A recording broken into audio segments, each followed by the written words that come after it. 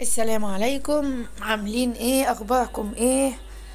النهارده هنعمل الكرنبيت بطريقه سهله وبسيطه. من اول ما جبتها لحد ما هفرزها وهعمل منها كمان طبق.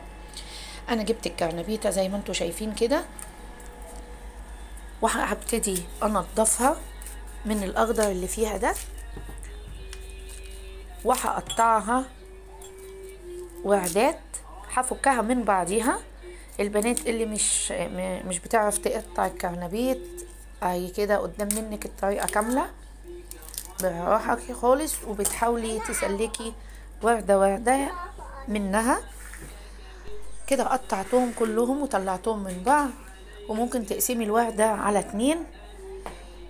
حاطه ميه تغلي على النار، وهحط فيها ملح، وهنزل عليها بحبه كمون كمان، وهسيبهم لما يغلوا، وهبدأ انزل بالكرنبيت اللي متقطع كده. طلعته الطبق اللي انا هعمله انا سويته شوية، يعني خليته مستوي زيادة.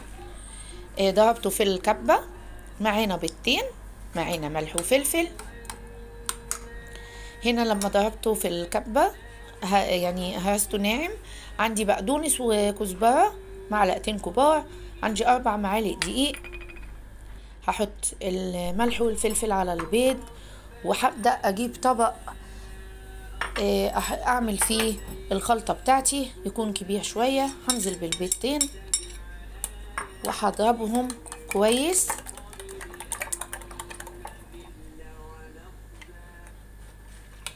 هنزل عليهم بال4 معالق دقيق.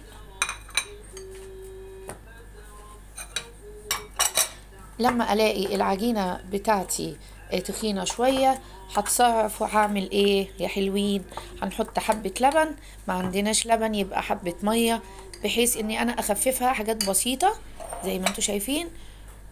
وبعد كده انزل عليها بالكرنبيت المطحون او المهروس، دي بتبقى حسب رغبتك انتي.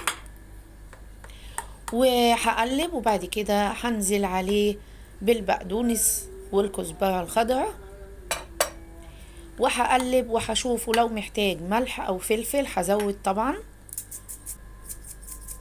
فعلا انا لقيته محتاج فزودت فلفل وزودت حبة ملح وظبطت دنيتي. حاطه الطاسة على النار، هنزل بيها بمعلقة معلقة زي الاومليت الصغير.